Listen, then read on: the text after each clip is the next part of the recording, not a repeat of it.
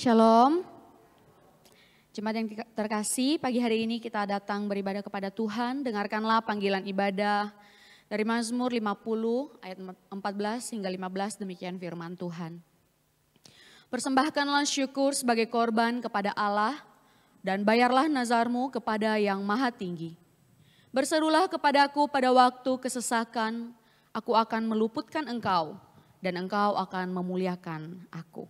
Mari bersama kita akan menangkan hati kita bersaat teduh sejenak.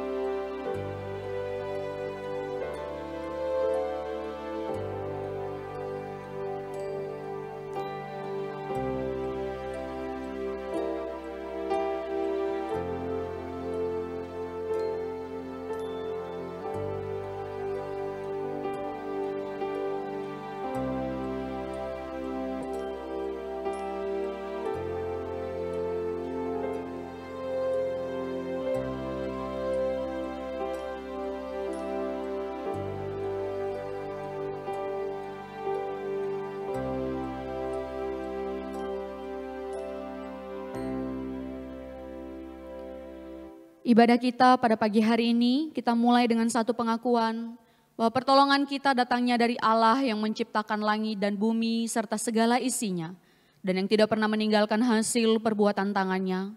Turunlah kiranya atas kita kasih karunia dari Allah Bapa, Putra dan Roh Kudus. Amin. Mari membawa pujian penghormatan kita kepada Allah Tritunggal, hormat bagi Allah.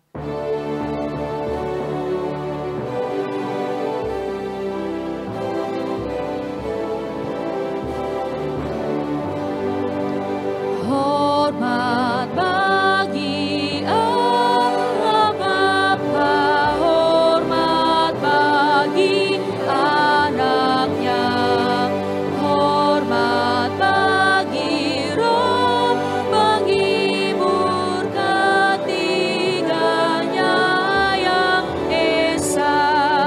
Haleluya, haleluya,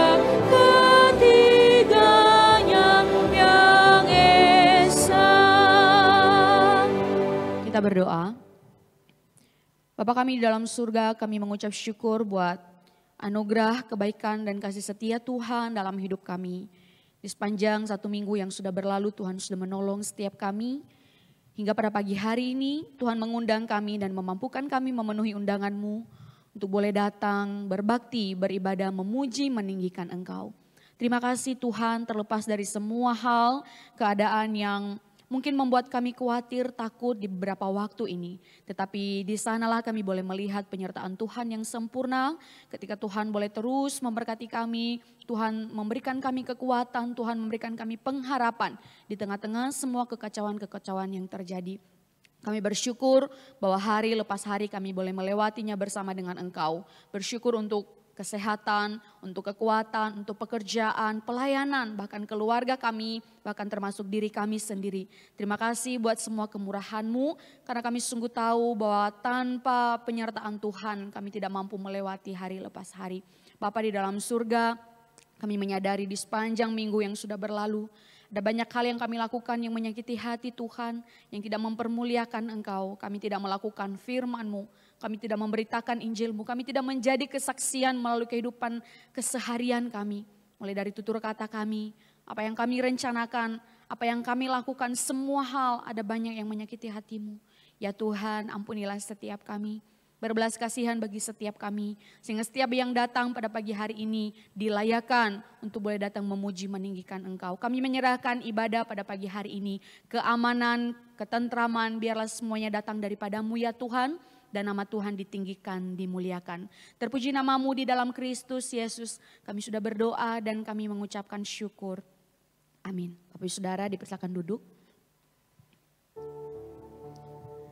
Hari lepas hari, kebaikan dan kasih setia Tuhan kita boleh terus rasakan. Biarlah ketika kita boleh datang menghadap hadirat-Nya, kita datang dengan tersungkur dan menyembah. Kita datang membawa korban syukur yang terbaik bagi Dia. Mari kita menenangkan hati kita.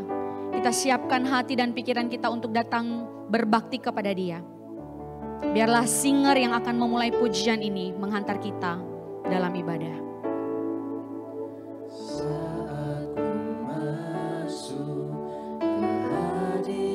Jemaat Tuhan, saya undang untuk berdoa, menenangkan hati dan pikiran.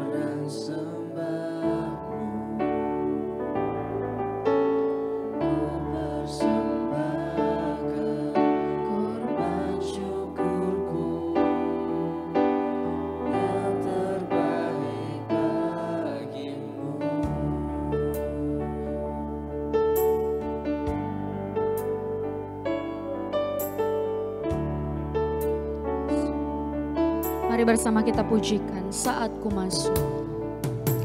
Saat ku masuk ke hadirat-Mu, ku tersungkur dan sembah-Mu. Ku persembahkan korban syukurku yang terbaik bagimu.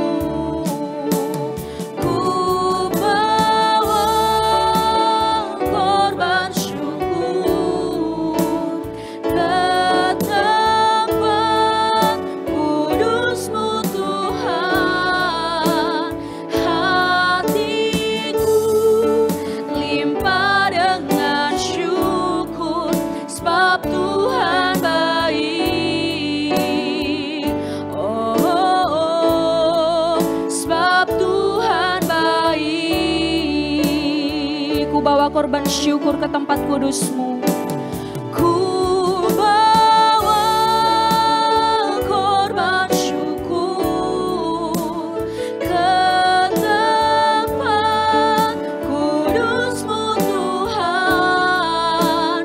Hatiku limpah dengan syukur sebab Tuhan baik.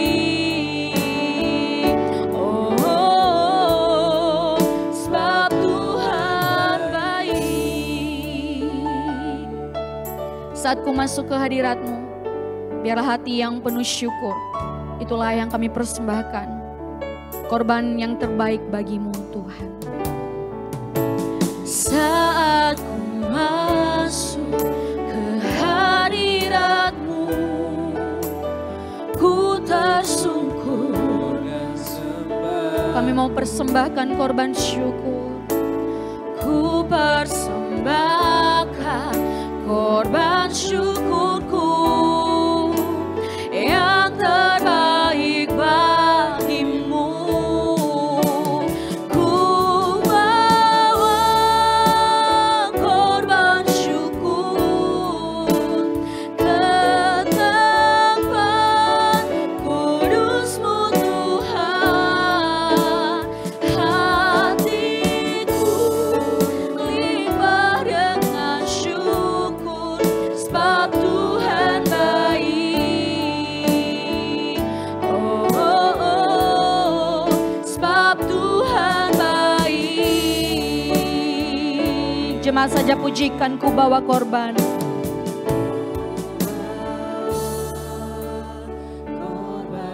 Kami datang ke hadirat-Mu Tuhan,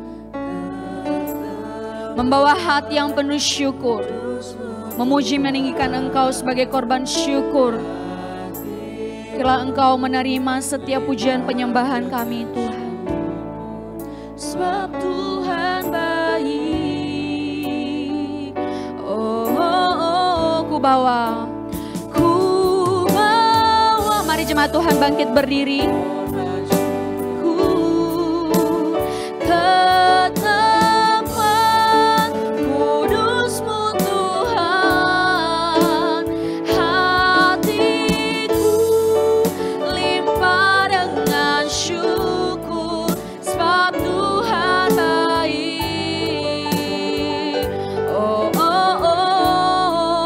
Sebab Tuhan baik.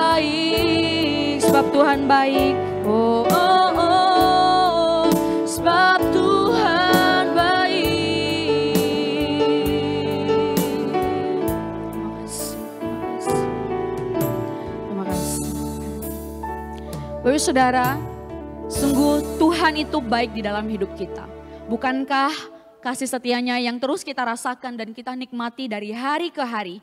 Biarlah itu yang boleh terus kita kecap dan itulah yang boleh terus kita rasakan. Dengan hati bersyukur yang gembira pagi hari ini mari datang memuji meninggikan Tuhan. Kita pujikan, kecaplah dan lihatlah. Sambil bertepuk tangan bersama.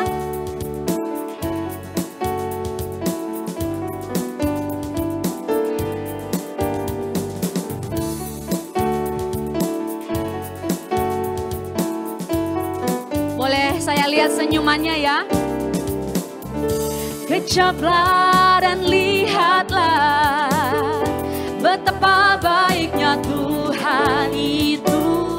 Rasakan dan nikmati kasih setia Tuhan. Katakan, kecaplah dan lihatlah betapa baiknya Tuhan itu.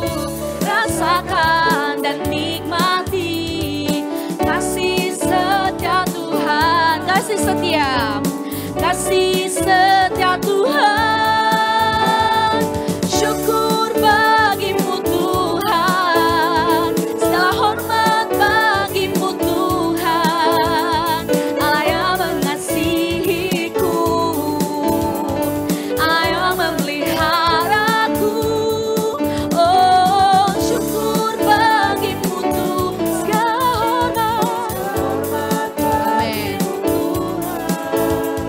Allah yang mengasihiku, Allah yang memeliharaku selamanya.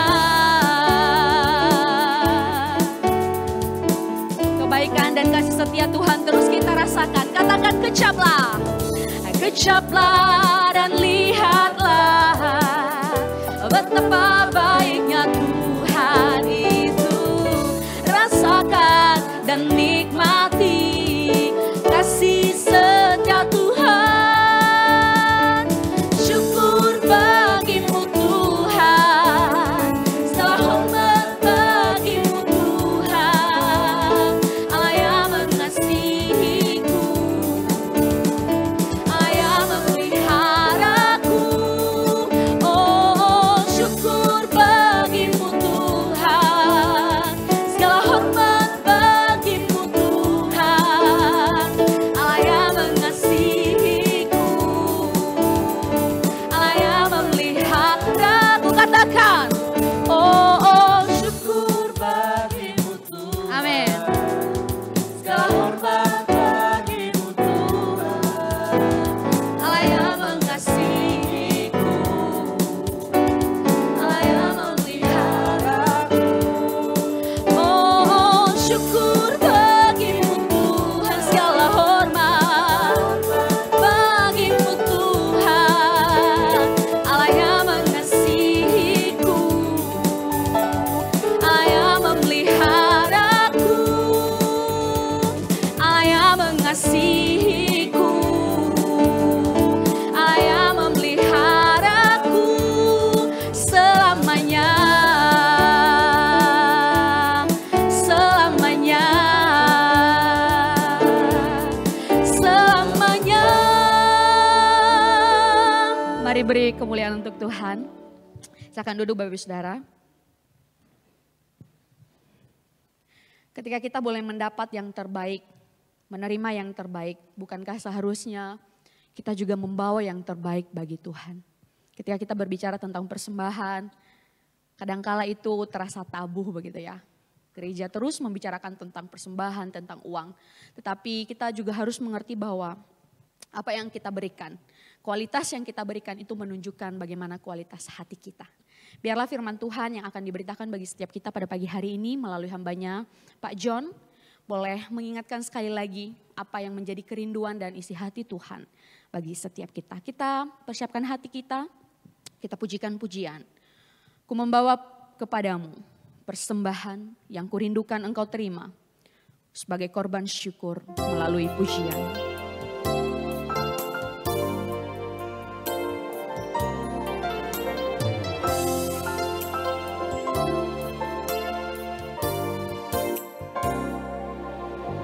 Ku bawa kepadamu,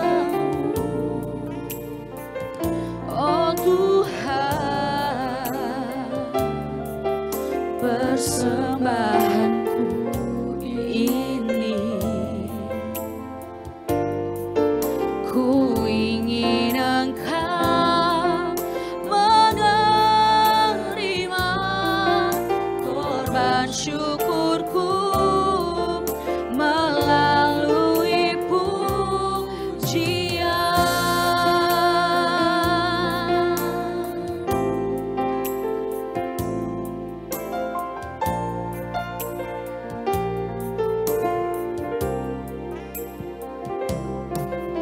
Ku bawa kepadamu, oh Tuhan, persembahanku ini. Ku ingin Engkau menerima korban syukurku melalui pujian. Tak pernah kami membawa selain yang terbaik, takkan pernah ku bawa selain yang terbaik, yang harum dan sejati di hadapan tatamu, oh Yesusku. Terima korban syukurku ini yang mengalir di hatiku sebagai penyembahanku. Tuhan yang melihat hati kita, Dia juga melihat iman kita, seperti apa yang senantiasa kita bawa kepadanya. Ku bawa kepadamu, oh Tuhan. Inilah persembahan kami Tuhan, persembahanku ini. Kami rindu Engkau menerima setiap korban pujian kami, korban pujian yang datang dan lahir dari hati kami. Korban syukurku melalui pujian, takkan pernah ku bawa. Ku bawa hanya yang terbaik Tuhan, yang terbaik, yang harum dan sejati di hadapan tatamu, Yesusku. Terima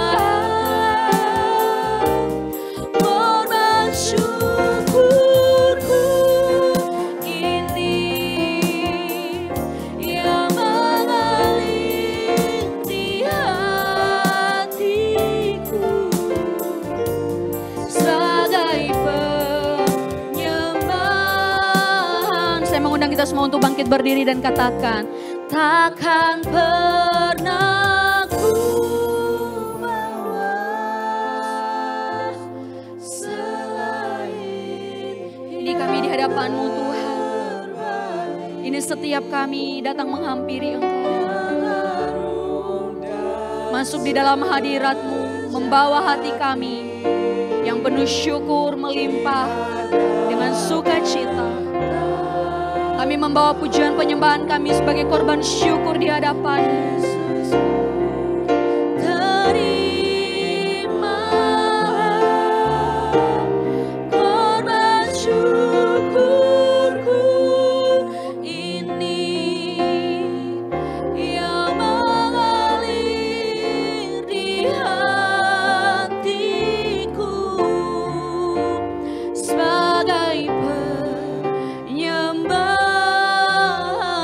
Mengaliri hatiku, yang mengalir di hatiku sebagai penyembahan. Sekali lagi, yang mengalir di hatiku. Kepada hambanya dipersilakan. Sebagai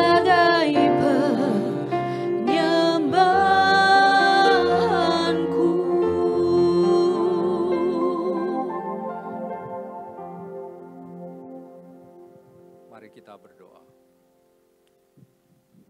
Bapa, inilah kami umat-Mu ya Tuhan, yang sudah ada di tengah-tengah rumah-Mu ini ya Tuhan. Tuhan, di tengah situasi yang tidak kondusif ini, mungkin ada di antara kami yang datang dengan segala pergumulan, segala kekhawatiran, ketakutan ya Tuhan. Tapi di rumah-Mu ini Tuhan, biarlah sekali lagi kami yang telah berjumpa, kami yang sudah berinteraksi dengan Engkau, melalui pujian yang kami naikkan, melalui firman yang sebentar lagi kami akan dengarkan bersama. Tuhan, kiranya Engkau memberikan damai sejahtera daripada Engkau, memberikan ketenangan kepada setiap diri kami ini ya Tuhan. Tuhan, kami serahkan akan ibadah ini ke dalam tangan Tuhan, akan pemberitaan firman yang sebentar lagi akan kami pelajari bersama. Kiranya kuasa daripada Roh-Mu yang kudus mau menolong Tuhan, baik yang menyampaikan maupun setiap kami yang menyimak, agar semuanya ini Tuhan, di dalam penyertaan Tuhan, kami boleh mendapatkan berkat rohani. Terima kasih ya Bapa, kami serahkan akan waktu ini dalam tangan Tuhan, Tuhan yang berkuasa, Tuhan yang memberkati. Dalam nama Tuhan Yesus kami berdoa. Amin. Silakan duduk jemaat yang dikasihi oleh Tuhan. Mari pada pagi hari ini kita merenungkan bersama ya satu tema, yaitu persembahan menunjukkan kualitas iman yang sesungguhnya. Saya mengajak kita untuk melihat dari 2 Korintus pasal yang ke-9, ayatnya yang ke-6 dan yang ke-7. Kemudian kita akan lihat dari Ibrani pasal 11 ayat yang ke-4. Pada bagian daripada 2 Korintus pasal 9 ayat 6 dan 7, di sini dikatakan demikian, camkanlah ini, orang yang menabur sedikit akan menuai sedikit juga, dan orang yang menabur banyak akan menuai banyak juga. Hendaklah masing-masing memberikan menurut kerelaan hatinya, jangan dengan sedih hati atau karena paksaan, sebab Allah mengasihi orang yang memberi dengan sukacita. Lalu Ibrani pasal 11 ayat yang keempat, firman Tuhan pada bagian ini berkata, karena iman Habel telah mempersembahkan kepada Allah korban yang lebih baik daripada korban Kain. Dengan jalan itu ia memperoleh kesaksian kepadanya bahwa ia benar, karena Allah berkenan akan persembahannya itu, dan karena iman ia masih berbicara sesudah ia mati. Bapak Ibu, apakah Allah itu selalu senang terhadap orang yang menjalankan perintahnya? Ya, saya awali khotbah ini dengan satu pertanyaan. Apakah Tuhan itu selalu pasti senang gitu ya, kalau orang percaya, orang Kristen menjalankan perintahnya? Bagaimana? Ada yang bisa kasih jawaban? Apakah pasti senang, Bapak Ibu Saudara sekalian? Ada yang berkata pasti? Yang berkata tidak pasti. Tidak pasti, satu ya tadi ya. Nah Bapak Ibu Saudara sekalian, betul sekali ya. Bahwa Allah itu tidak pasti senang orang itu menjalankan perintahnya. Ini kan satu hal yang mengejutkan ya. Kenapa bisa begitu? Kan menjalankan perintahnya kan. Kenapa tidak senang? Nah kalau kita lihat di dalam Alkitab, ternyata itu ada satu bagian daripada firman Tuhan di dalam sejarah orang Israel itu, di mana mereka itu berbondong-bondong melakukan perintah Tuhan. Ya. Tetapi respon daripada Tuhan justru sebaliknya Bapak Ibu Saudara sekalian. Coba kita lihat ya, satu bagian daripada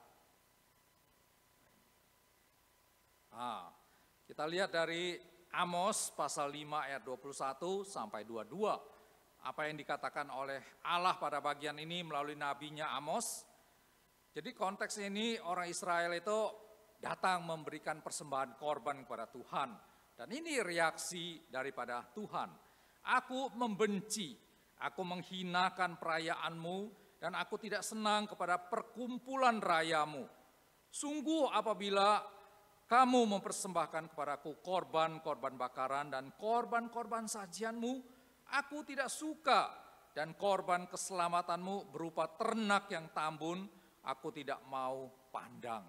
Bapak Ibu Saudara sekalian coba lihat ya, kata-kata yang saya kasih warna merah itu ada berapa di sana? Ada 5 ya. Ini adalah satu ungkapan daripada hati Allah. Ini adalah satu ungkapan bagaimana Allah menilai persembahan dari orang Israel. Orang Israel pada waktu itu datang memberikan persembahan sesuai dengan apa yang diperintahkan oleh Tuhan. Korban hewan dibawa oleh mereka. Tetapi bagaimana reaksi daripada Tuhan? Di situ ada kata apa? Membenci, menghinakan, tidak senang, tidak suka, tidak mau pandang. Nah, Bapak Ibu Saudara sekalian, tadi saya bertanya di awal, apakah Allah selalu senang kalau umatnya menaati atau mengikuti perintah Tuhan? Ternyata Alkitab ada mencatat hal yang demikian ini. Dan kalau kita melihat di dalam Yesaya pasal pertama, di situ Nabi Yesaya juga mencatatkan hal yang serupa dengan apa yang diungkapkan oleh Nabi Amos ini. Nah pertanyaannya sekarang, kenapa Allah itu menolak persembahan korban dari orang Israel? Kenapa Allah yang memerintahkan, kemudian orang Israel itu menaatinya, kemudian timbul reaksi seperti yang demikian ini? Ini tentu menjadi hal yang membuat kita itu bertanya-tanya, apa latar belakangnya, apa yang menyebabkannya, sehingga timbul reaksi yang begitu negatif dari Allah. Nah, Bapak Ibu Saudara sekalian, kita tahu bahwa Allah yang kita sembah itu kan Allah yang maha tahu. Betul tidak ya? Allah yang kita sembah itu mengerti sampai ke dalam daripada hati manusia. Isi pikiran seluruh keberadaan kita, seluruh keberadaan umat Israel pada waktu itu, Allah tahu, Allah mengerti sesungguhnya apa yang ada di dalam batin mereka. Nah Allah yang melihat hati itu mengerti sesungguhnya bagaimana kondisi kerohanian mereka. Pada waktu datang mempersembahkan korban yang diperintahkan oleh Tuhan tersebut. Bapak Ibu Saudara sekalian, kita tahu bahwa pada zaman itu, maka orang Israel itu datang membawa persembahan kepada Tuhan. Apa yang mereka lakukan, persembahan-persembahan korban yang mereka jalankan, itu hanya sebatas sebagai satu kegiatan yang bersifat seremoni saja. Kegiatan yang bersifat sesuatu yang di luar saja sepertinya beribadah. Tetapi secara batinnya, secara hati, orang Israel itu sudah jauh daripada Tuhan. Keadilan, kebenaran, kekudusan di tengah hidup mereka itu menjadi satu yang dipersoalkan oleh Tuhan. Itu menjadi satu hal yang betul-betul dirindukan Tuhan, tetapi tidak ditemukan di dalam kehidupan daripada orang Israel, umat Allah pada waktu itu. Dengan kata lain, mereka melakukan persembahan, menaati perintah Tuhan secara lahiriah saja, tetapi hatinya jauh dari Allah. Hatinya tidak punya satu relasi yang sungguh-sungguh, yang betul-betul bertaut dengan Tuhan. Nah, Bapak Ibu Saudara sekalian, dari contoh yang terjadi kepada bangsa Israel ini, reaksi yang kita lihat dari Allah terhadap persembahan yang mereka lakukan, kita itu tahu betapa pentingnya aspek kerohanian, betapa sangat-sangat krusialnya hati daripada orang yang membawa persembahan kepada Tuhan. Bagaimana motivasinya pada waktu dia memberikan satu korban kepada Tuhan. Jadi jangan kita itu berpikir kalau kita sudah melakukan satu perintah tertentu daripada Tuhan, kalau kita sudah membawa persembahan, apalagi dalam jumlah yang besar, Tuhan pasti senang, Tuhan pasti suka. Ya, Bapak Ibu Saudara sekalian, Allah yang kita percaya itu bukan seperti penguasa di negara Konoha itu ya, yang kalau misalnya orang tertentu ada satu proyek tertentu lalu bawa uang pelicin, wah pasti suka, ya kan? Pasti goal apa yang dijadikan proyek tersebut. Tidak seperti itu. Allah melihat hati.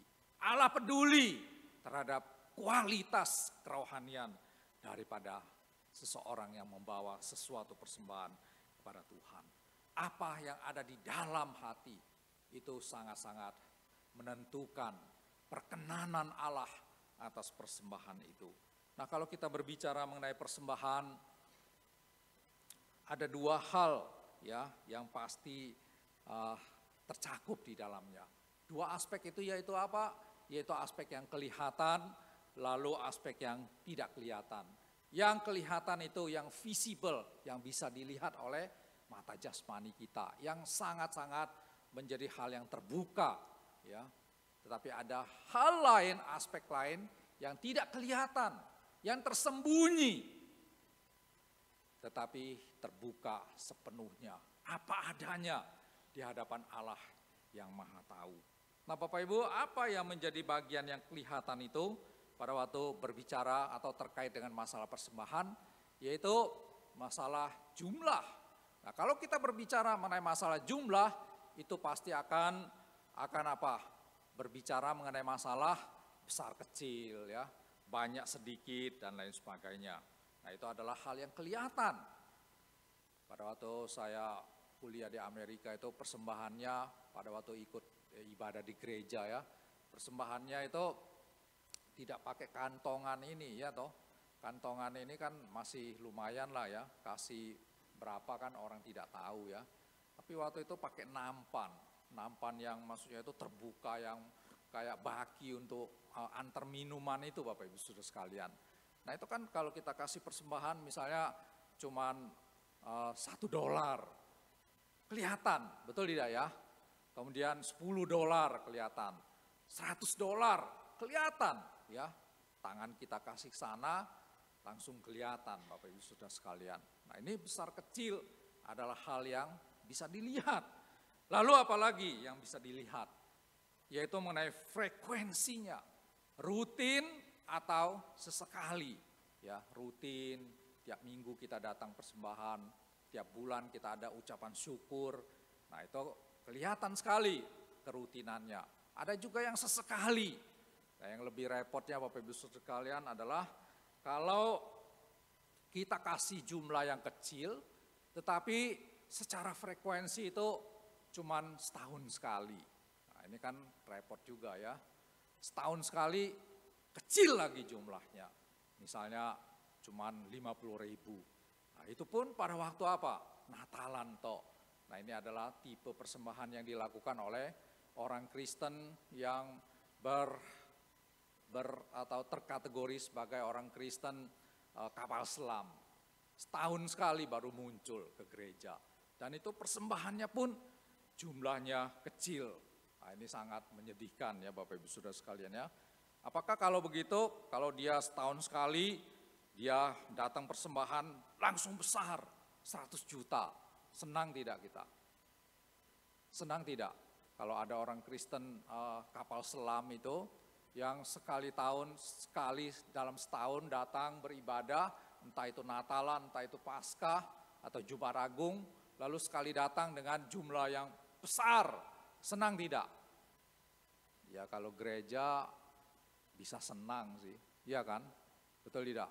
Dengan jumlah itu. Tapi apakah Allah senang? Apakah Allah pasti menerima? Nah, itu adalah hal yang kita kembali berefleksi kepada sejarah di dalam kehidupan orang Israel, belum tentu Bapak Ibu sekalian.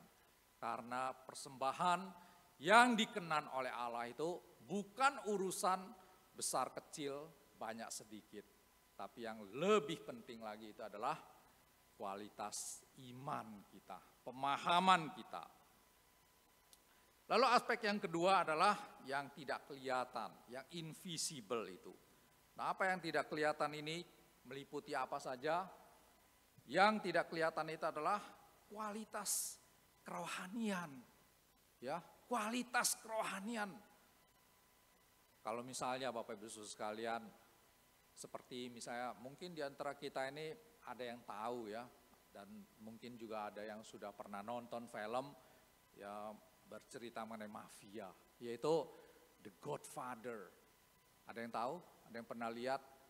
Yang pemainnya dulu itu Al Pacino, ya kan?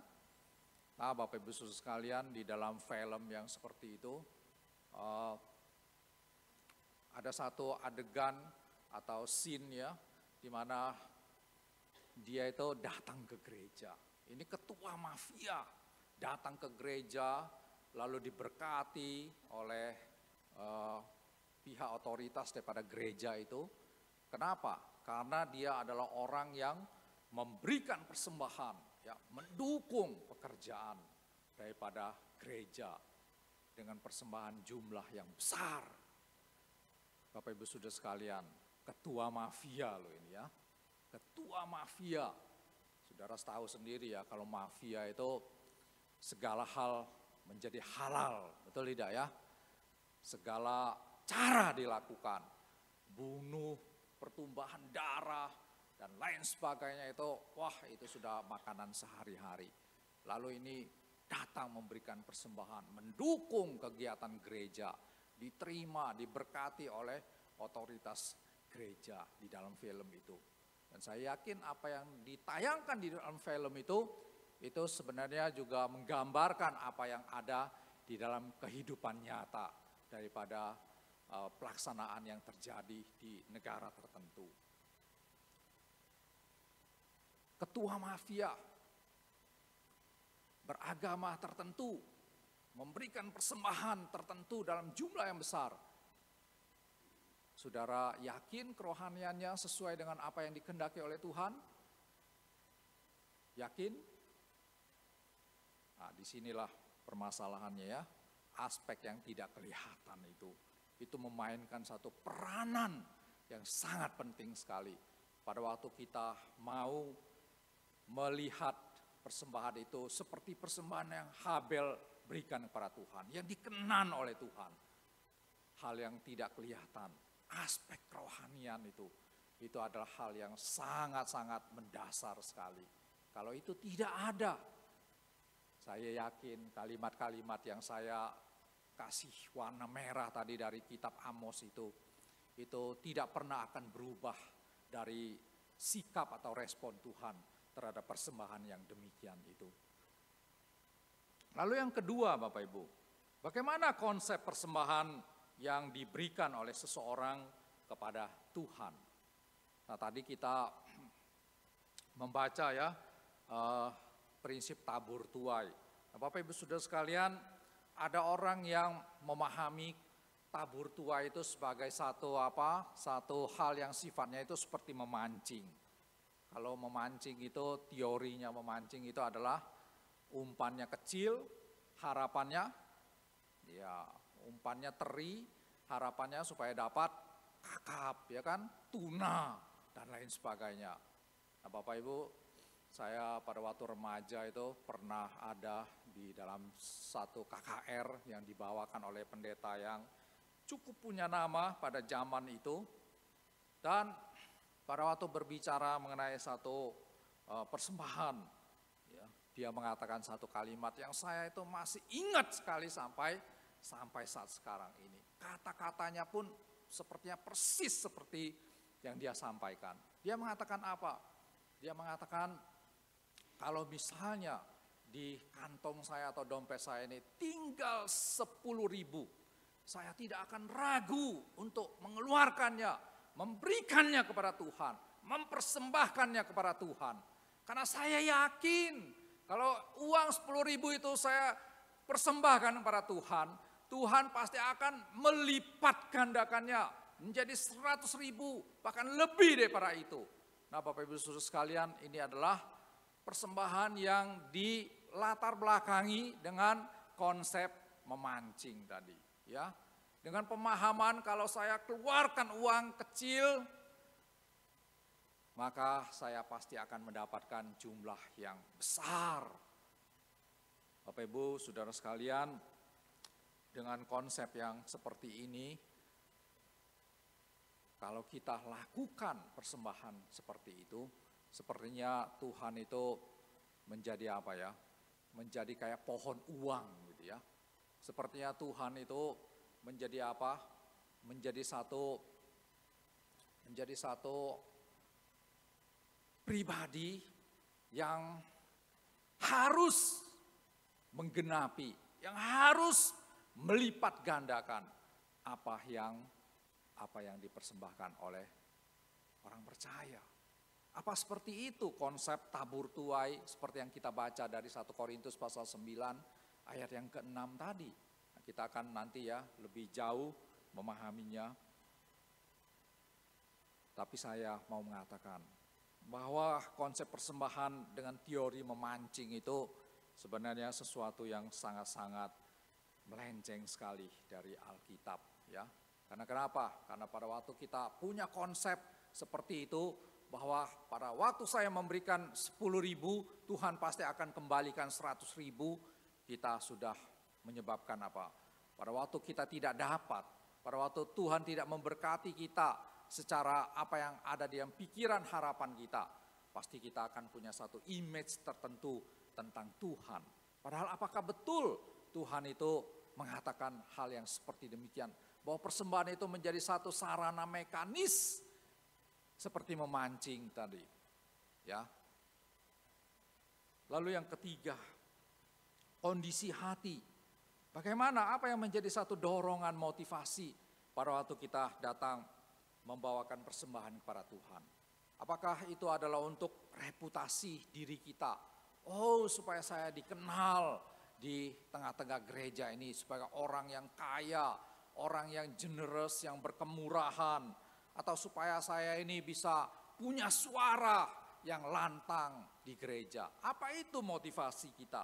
Apa itu yang menjadi hal yang mendorong kita datang membawa persembahan kepada Tuhan? Nah, ini adalah aspek-aspek tidak kelihatan, aspek-aspek yang ada di dalam pikiran seseorang, di dalam hati seseorang, dan itu harus menjadi hal yang sangat-sangat perlu diwaspadai.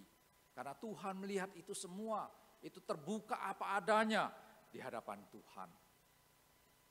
Bapak Ibu Saudara sekalian, idealnya ya, bahwa apa yang kita persembahkan kepada Tuhan, pada waktu kita datang memberikan uang kita kepada Tuhan, mestinya, idealnya, apa yang kelihatan itu seharusnya mencerminkan apa yang ada di dalam hati kita.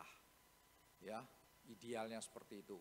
Dengan kata lain, pada waktu kita sudah membawa persembahan kepada Tuhan, seharusnya itu mewakili hati kita. Hati kita yang sungguh-sungguh berterima kasih. Hati kita yang sungguh-sungguh memahami hal yang benar mengenai persembahan. Sehingga kita datang membawanya dengan penuh kerendahan hati sebagai bentuk daripada penyembahan kita kepada Tuhan. Tuhan, aku mengucap syukur kepada Engkau. Aku memberikan ini sebagai tanda daripada satu terima kasih yang begitu mendalam atas kebaikan Tuhan, pemeliharaan Tuhan di dalam hidup ini. Ini adalah respon daripada hamba-Mu ini. Begitu ya mestinya. Tetapi justru disinilah di tengah-tengah kehidupan berdosa ini tidak selalu apa yang kelihatan itu menjadi satu wakil, menjadi sesuatu yang mencerminkan ya apa yang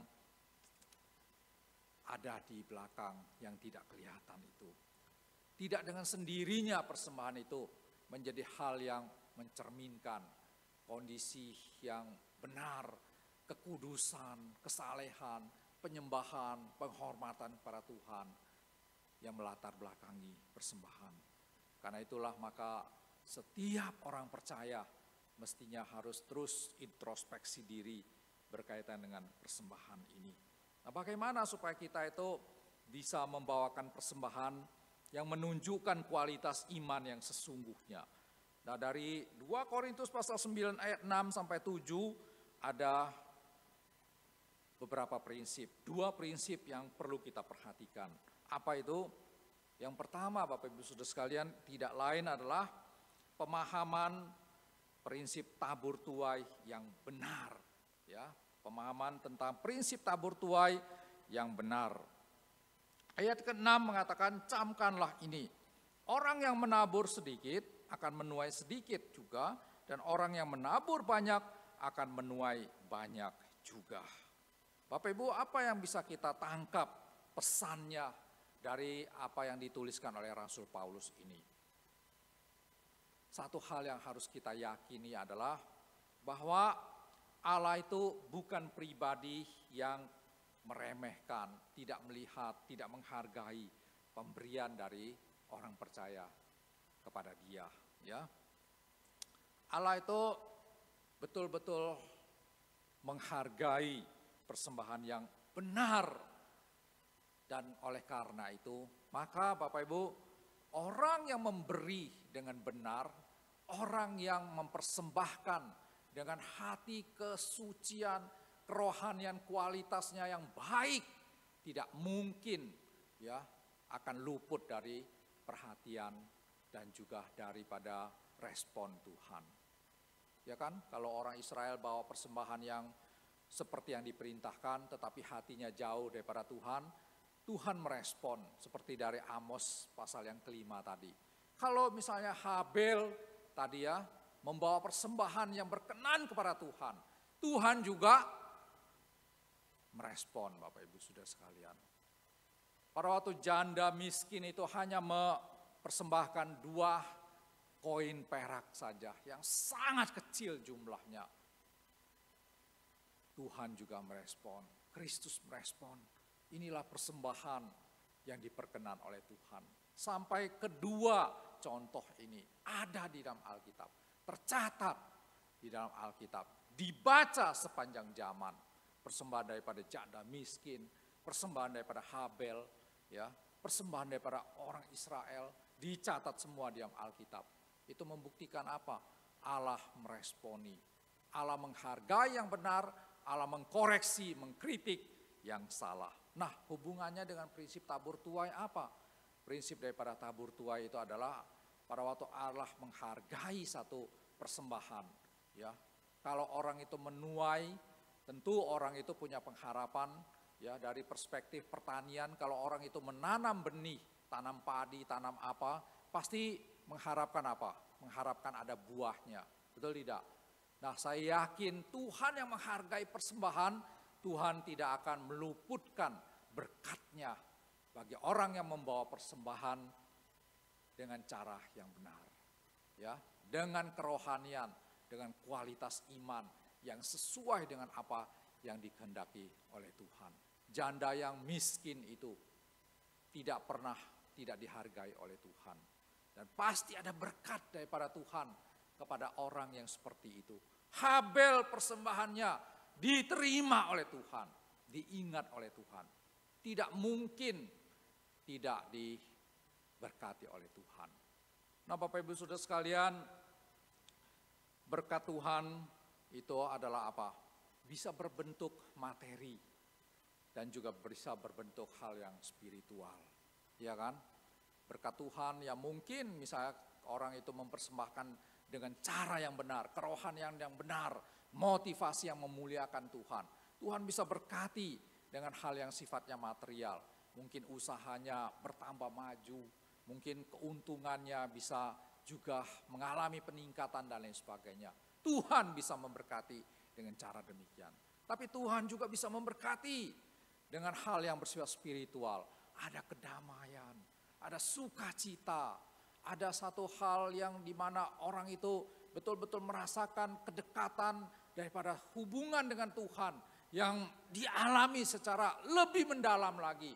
Mengalami satu kemurahan hati, kepekaan rohani untuk melihat bagaimana dia bisa mendukung lagi pekerjaan Tuhan di bidang-bidang yang lainnya. Nah, ini berkat-berkat rohani Bapak Ibu Saudara sekalian. Keharmonisan di dalam relasi dengan keluarga, dengan anak dan lain sebagainya. Bukankah itu adalah satu berkat rohani yang sangat indah di dalam kehidupan daripada orang yang diperkenan oleh Tuhan.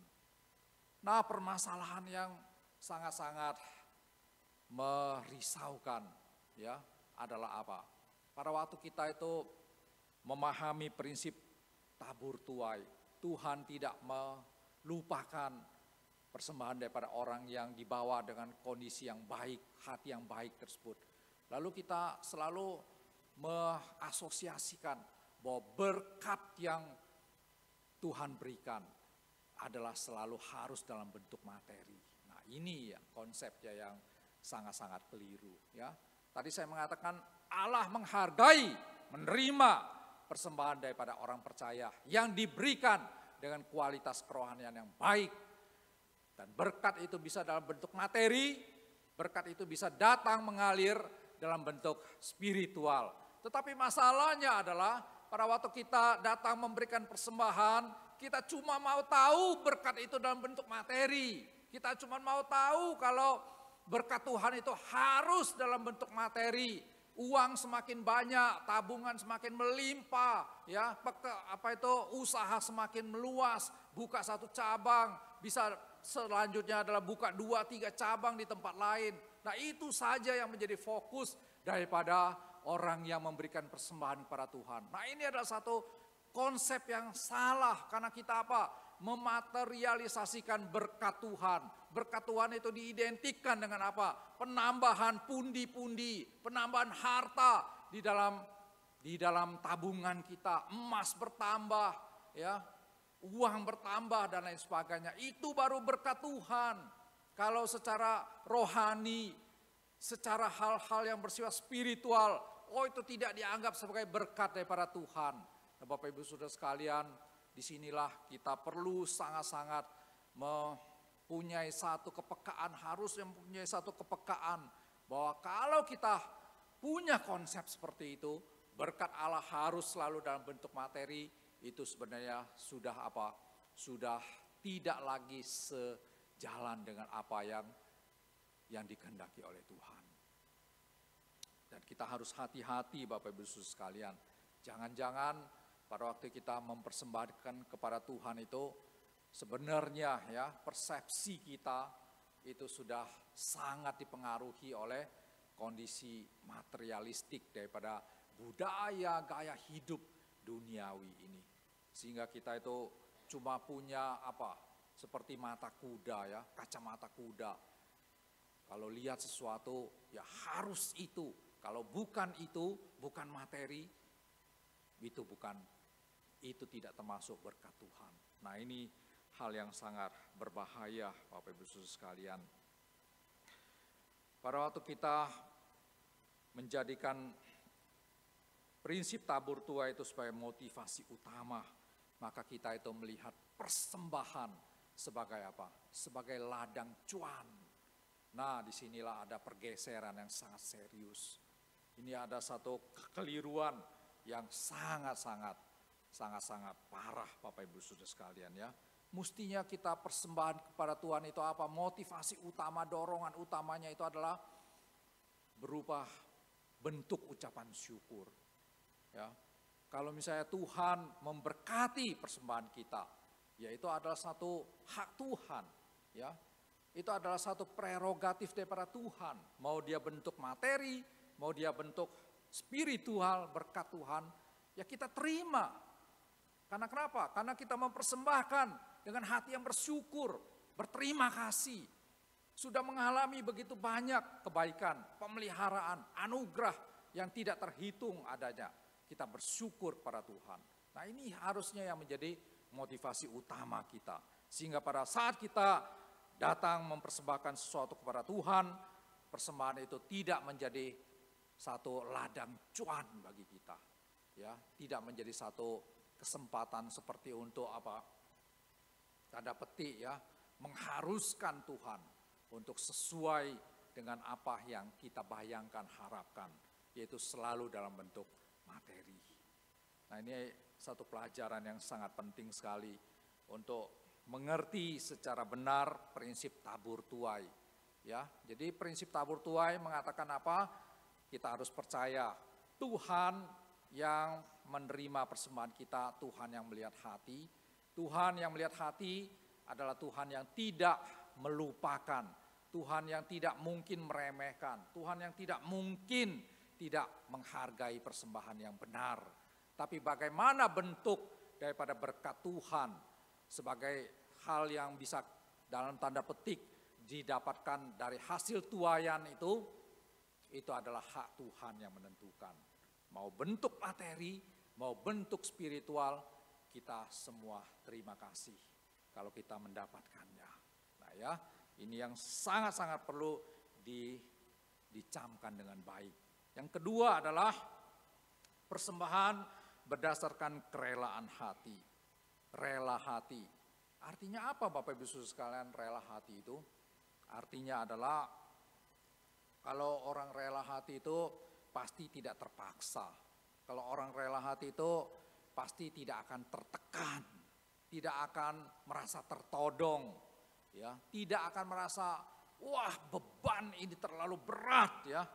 Jumlah yang harus dikeluarkan ini terlalu memberatkan. Dan kalau orang yang rela hati itu pasti tidak akan kehilangan sukacita pada waktu datang memberikan persembahan kepada Tuhan. Betul tidak? Setuju dengan rela hati dalam pengertian yang seperti itu? Ada satu jemaat di satu gereja tertentu, dia itu berusaha ya, kalau misalnya hari Minggu berusaha untuk tidak ketemu dengan pendetanya, dengan hamba Tuhan di sana. Kenapa? Karena setiap kali bertemu dengan pendetanya itu selalu dia itu merasa tertodong, gitu ya. Merasa tertodong karena sering kali di dalam pertemuan yang terjadi itu selalu dia itu diminta berpartisipasi di dalam mendukung, lah ini ada proyek ini ada kegiatan ini dan lain sebagainya. Sehingga Bapak Ibu Saudara sekalian, jemaat itu berusaha menghindari pertemuan dengan pendeta setempat karena merasa tertodong gitu ya. Nah, kalau sudah tertodong, saya rasa berapapun nilai yang diberikan itu adalah suatu hal yang datang karena puhau ise, ya kan? Nah, ini sungkanisme yang demikian itu kadangkala itu terjadi Bapak Ibu Saudara sekalian. Dan kalau kita ada satu perasaan sungkan di dalam memberikan persembahan karena sudah didatangi, sudah diomongi sama pendeta, lalu kita sungkan gitu ya. Saya yakin itu adalah satu persembahan yang tidak ada nilainya. Karena kenapa? Karena hatinya sudah tidak benar ya. Nah, Bapak Ibu Saudara sekalian, kerelaan hati itu timbul dari satu relasi kita dengan Tuhan. Pemahaman kita yang benar tentang persembahan terdorong oleh apa? Karena kita memiliki satu hati yang betul-betul meresapi ya. Meresapi akan anugerah Tuhan. Sehingga timbul rasa syukur, timbul rasa mengasihi Tuhan, timbul rasa kita itu betul-betul hidupnya itu tidak bisa hidup, tidak bisa mempunyai satu keyakinan tentang keselamatan kalau tanpa anugerah Tuhan. Nah, kalau kita sudah meresapi hal-hal yang demikian, saya yakin di dalam diri kita akan ada kerelaan hati. Bapak Ibu Saudara sekalian, kalau berbicara mengenai kerelaan hati, saya juga mendapatkan satu hal yang juga merisaukan. Ya, kenapa? Karena banyak sekali pada waktu orang berbicara mengenai kerelaan hati itu adalah yang terjadi realitanya, ada orang percaya itu yang hatinya itu rela, tetapi kerelaannya itu ditentukan bergantung kepada apa? Kepada jumlah tertentu. Dan jumlah tertentu itu tentunya adalah jumlah yang apa? Yang apa? Yang kecil, ya. Rela tetapi dengan jumlah yang kecil, Bapak Ibu. Misalnya kalau kita tuh punya gaji 1 juta. Kalau misalnya prinsip perpuluhan dijalankan, 1 juta 10%-nya berapa? Cepeceng, ya kan? Oh, cepeceng, rela, ya. 100% kerelaan hatinya, ya kan? Lalu misalnya meningkat terus kerjaannya, ya, naik pangkat, naik posisi dan lain sebagainya, dapat promosi. Akhirnya bisa dapat THP 10 juta. 10 juta, 10%-nya berapa? 1 juta, ya. Nah, kalau sudah 1 juta ini, ya, kalau misalnya kita beli makanan sudah berapa porsi, wagyu dan lain sebagainya, ya lumayan lah ya. Kalau misalnya beli kerupuk sudah berapa kilo gitu kan. Nah, Bapak Ibu Saudara sekalian, begitu meningkat 1 juta, kerelaannya turun jadi berapa? 70%. Lalu kalau misalnya ada pengusaha yang misalnya cuannya itu bisa 1 M di dalam menjalankan usahanya. Lalu 10% dari 1 M berapa? Cepetiau. Nah, disinilah ya kerelaannya itu sudah semakin apa? Semakin menurun. Tinggal 20%. Rela tidak? Ya. Rela tidak kasih 100 juta misalnya per bulan. Bapak Ibu Saudara sekalian, kerelaannya itu sangat ditentukan, sangat bergantung kepada jumlah tertentu. Nah, inilah persoalan yang merisaukan, ya. Kalau kita berbicara mengenai kerelaan itu berkaitan erat dengan apa? Seharusnya berkaitan dengan erat dengan kemampuan, ya. Rela yang sesuai dengan kemampuan. Kalau orang percaya itu mampu memberi 100 juta kepada Tuhan, tapi relanya cuman misalnya kasih sekian juta, persoalan tidak itu? Persoalan tidak? Masalah tidak? Masalah, Bapak Ibu Saudara sekalian. Karena kalau kerelaan yang sesungguhnya itu adalah sesuai dengan prinsip firman Tuhan, kerelaan yang sesuai dengan kemampuan kita. Kalau kita mampu memberikan 100 juta, 10 juta, ya kita punya hati yang tidak terpaksa. Kita harus punya hati yang tidak tertekan untuk memberikan jumlah yang kita mampu berikan kepada Tuhan. Nah, itu baru satu kerelaan yang sejalan dengan prinsip Alkitab, prinsip memberi sesuai dengan kemampuan. Nah, itulah sebabnya berkaitan dengan masalah kerelaan ini kita juga perlu ya melihat hal yang seperti ini. Kerelaan hati itu perlu dicerahkan dan dibentuk oleh kesadaran dan pemahaman yang mendalam tentang anugerah Tuhan. Bapak Ibu Saudara sekalian, anugerah itu sudah menjadi satu kata-kata yang begitu familiar di dalam telinga kita, di kepala kita. Oh, anugerah, Kristen ngerti anugerah. Enggak selalu, Bapak Ibu Saudara sekalian. Semakin ada penghayatan yang intensif, yang ekstensif akan anugerah Allah. semakin tidak akan punya mentalitas hitung-hitungan kepada atau dengan Allah. Malah sebaliknya Bapak Ibu Saudara sekalian, kita itu kalau punya kesadaran yang mendalam tentang anugerah Allah, itu pasti akan menggerakkan kita, mendorong kita untuk rela memberi secara maksimal, untuk rela memberikan persembahan yang terbaik bagi Tuhan. Mari saya ajak kita melihat ya 1 Korintus pasal yang ke-15 ayat yang 10. Kita bacakan sama-sama ya. 1, 2, 3. Tetapi karena kasih karunia Allah, aku adalah sebagaimana aku ada sekarang, dan kasih karunia yang dianugerahkannya kepadaku tidak sia-sia. Sebaliknya, aku telah bekerja lebih keras daripada mereka semua. Tetapi bukannya aku, melainkan kasih karunia Allah yang menyertai aku. Ini adalah perkataan Paulus. Ya, coba kita perhatikan. Yang saya kasih warna hijau tersebut lebih keras. Ini adalah satu statement daripada Paulus yang mengerti bahwa dia adalah orang berdosa sebelumnya, bahwa dia adalah penganiaya jemaat Tuhan, bahwa dia adalah seorang yang begitu patut dimurkai.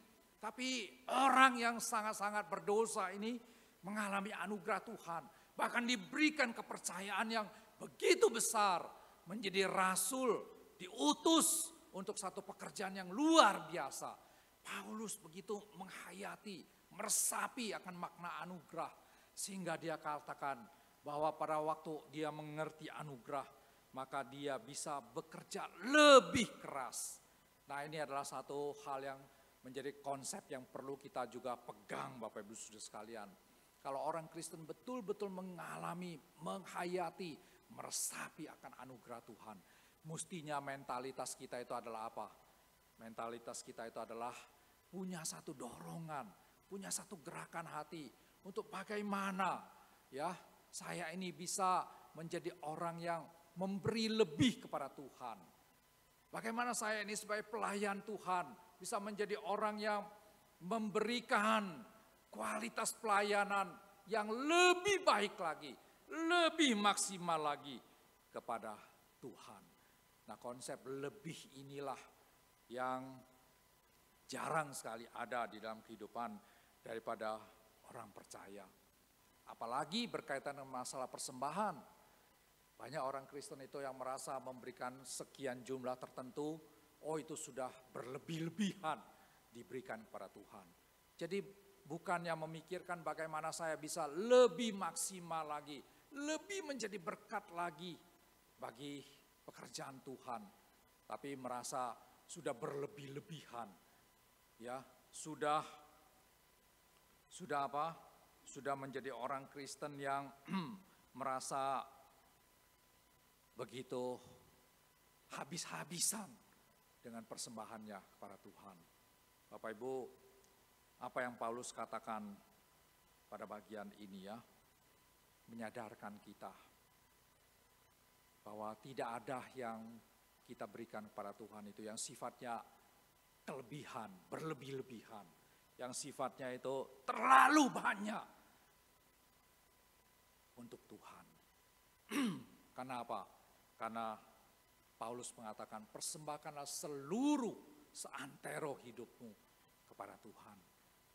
Kalau hati kita itu sudah menjadi hati yang betul-betul mengerti persembahan yang benar, mempersembahkan seluruh diri kita kepada Tuhan, saya yakin urusan uang itu akan mengikuti.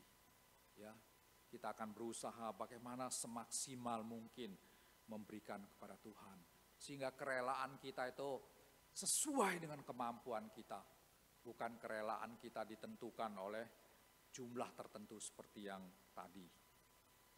Bapak Ibu, firman Tuhan hari ini menyoroti kualitas iman atau kerohanian kita di balik persembahan.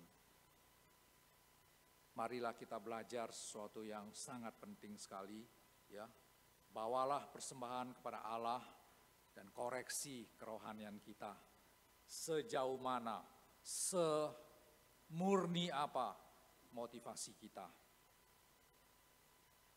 sejauh mana pemahaman kita di dalam konsep memberikan persembahan yang benar kepada Tuhan itu kita mengerti dengan baik. Karena hanya dengan pemahaman yang benar, kualitas iman atau kerohanian yang diperkenan oleh Tuhan, motivasi yang mengasihi Tuhan, itu akan menjadi persembahan seperti Habel, seperti janda miskin, pasti diterima Tuhan dan pasti akan diberkati oleh Tuhan. Biarlah kita belajar hal ini dan kita terus terapkan di dalam hidup kita. Mari kita berdoa. Bapa yang ada di dalam kerajaan surga, pada pagi hari ini kami diajarkan satu kebenaran daripada Tuhan. Bagaimana hal yang sudah begitu rutin kami lakukan, persembahan yang kami bawa kepada Tuhan.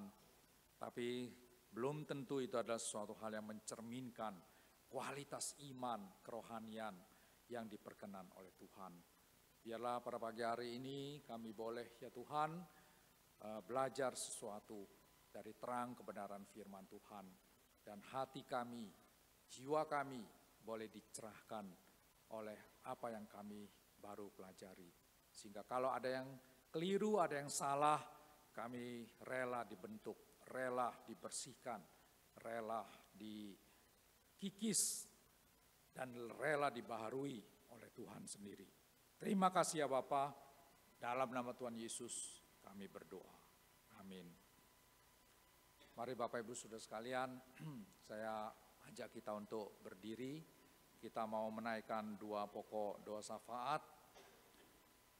Yang pertama, mari kita berdoa untuk kondisi negara kita, begitu ya. Ada begitu banyak pemberitaan dari sosial media yang menakutkan sekali, yang sangat mengerikan sekali. Pembakaran dan juga kondisi-kondisi yang tidak bisa kita duga, prediksi. Ini sesuatu yang sangat-sangat mengkhawatirkan, menakutkan sekali. Mari kita serahkan kondisi negara kita ke dalam tangan Tuhan, supaya Tuhan berbelas kasihan, supaya Tuhan tolong agar peristiwa-peristiwa beberapa hari ini tidak berkelanjutan. Karena kalau berkelanjutan kita tahu efeknya apa. Kerohanian akan lesu dan masalah-masalah penjarahan akan semakin marak dan lain sebagainya. Kita tidak tahu akan anarkis apa. Mari kita berdoa untuk pemerintah supaya punya satu ketegasan, supaya ada satu kepekaan untuk meresponi dengan cepat masalah ini agar bisa terhentikan, terselesaikan. Dan juga punya kepekaan untuk menerima masukan-masukan, memperbaiki kekeliruan-kekeliruan policy yang sudah terjadi. Mari kita berdoa. Bapa yang ada di dalam kerajaan surga, pada pagi hari ini kami mau mendoakan kondisi negara kami. Kami lihat beberapa hari ini ada suatu hal yang mencekam, ada satu hal yang sangat menimbulkan ketakutan ya Tuhan. Hal yang bisa memberikan satu dampak psikologis yang sangat-sangat merusak ya Tuhan akan kami di dalam hidup bernegara di Indonesia ini Tuhan. Tolong Tuhan, belas kasihan-Mu Tuhan, anugerah-Mu Tuhan, supaya hal ini bisa tertangani dengan cepat dan dengan baik ya Tuhan. Supaya apa yang menjadi satu sasaran daripada demo ini yaitu ketidakpuasan, satu kritikan terhadap DPR, terhadap pemerintah, itu bisa diresponi dengan baik ya Tuhan. Tuhan, Kau kiranya mau tolong untuk jajaran pemerintahan agar bisa mengambil jalan yang taktis ya Tuhan untuk meredam semuanya ini, untuk mengakhiri segala demo-demo yang terjadi. Biarlah ya Tuhan ada dialog, ada perbaikan yang terjadi di pemerintahan, di DPR, di kementerian, di pelaksanaan-pelaksanaan daerah, di provinsi, di kabupaten. Tuhan tolong supaya Indonesia ini Jangan menjadi Indonesia yang berdarah-darah, yang saling menciderai, yang saling memusuhi, yang timbul nanti mungkin akan berkaitan dengan ras dan lain sebagainya. Seperti 98. Tuhan, kami berdoa supaya hal yang seperti itu tidak terjadi ya Tuhan.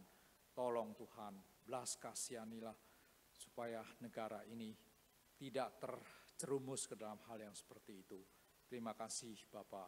Sungguh Tuhan kami berharap, sungguh Tuhan kami melihat, boleh melihat kiranya tangan Tuhan menyertai sejarah bangsa ini.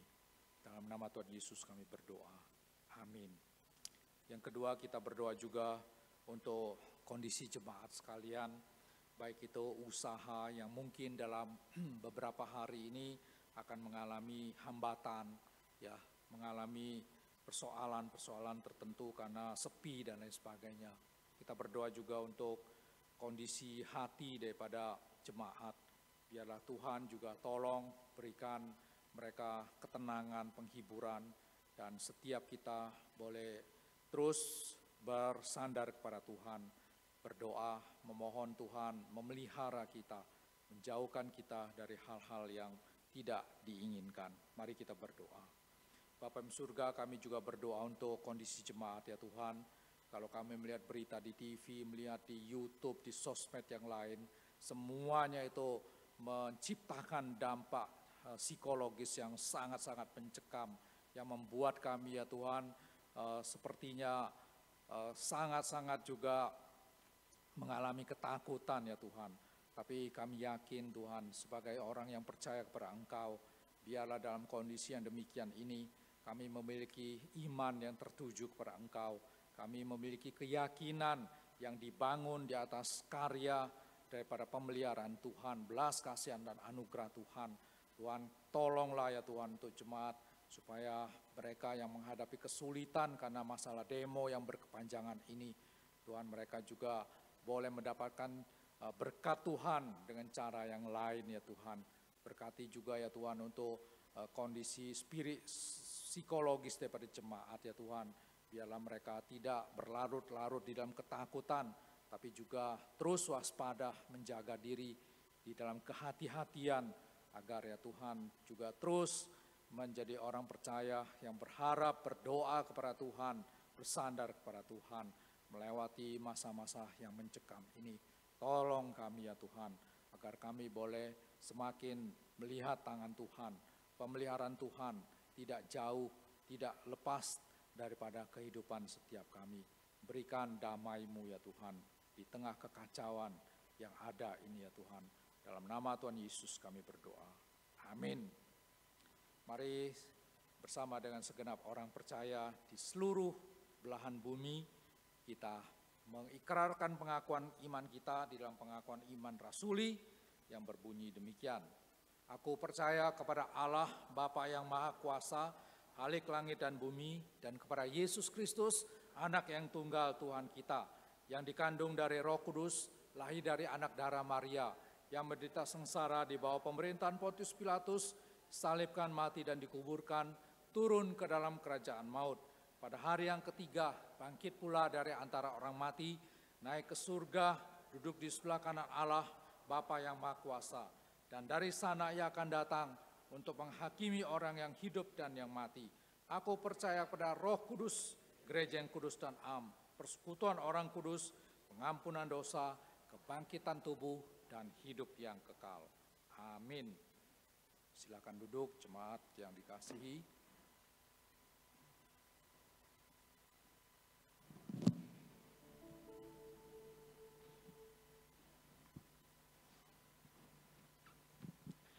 Firman Tuhan sudah diberitakan, saatnya kita akan membawa yang terbaik.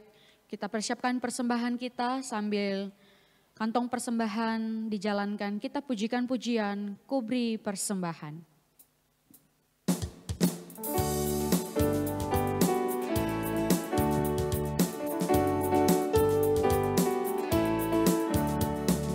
Kubri persembahan pada Tuhanku, sambil puji Yesus juru selamatku, dengan sukaria ku beri padamu dan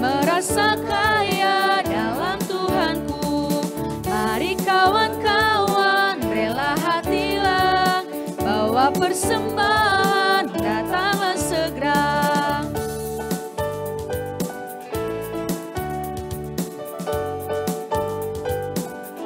Bait pertama. Ku beri persembahan pada Tuhanku, sambil puji Yesus Juru Selamatku. Dengan sukaria ku beri padamu, dan merasa kaya dalam Tuhanku.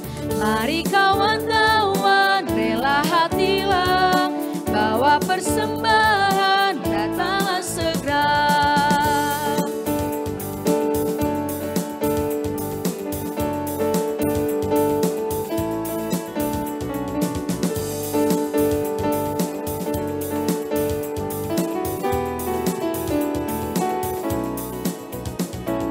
Syukur bagimu Tuhan, segala hormat bagimu Tuhan. Ayah mengasihiku, Ayah memeliharaku. Oh, syukur bagimu Tuhan, segala hormat bagimu Tuhan. Ayah mengasihiku,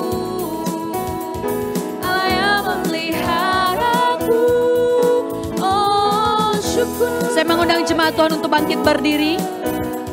Segala hormat bagimu Tuhan, Ayah mengasihiku, Ayah memeliharaku.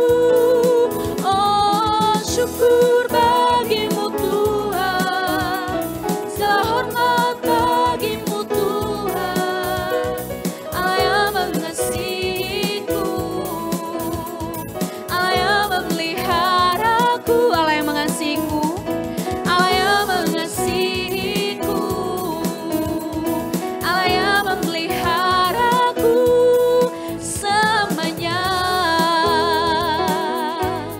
selamanya, selamanya. Kita berdoa. Bapa kami di dalam surga, kami bersyukur buat kasih setia dan penyertaan Tuhan dalam hidup kami, secara khusus untuk pagi hari ini.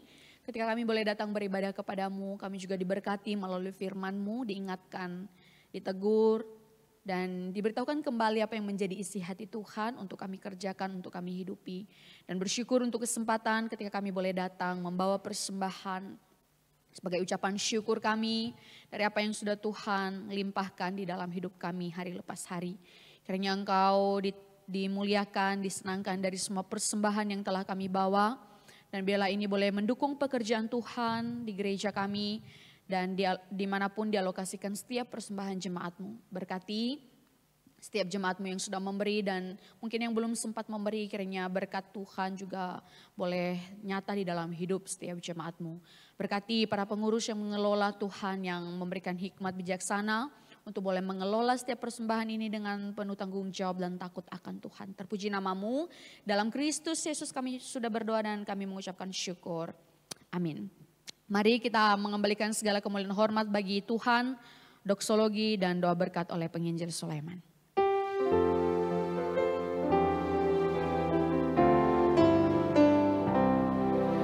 Puji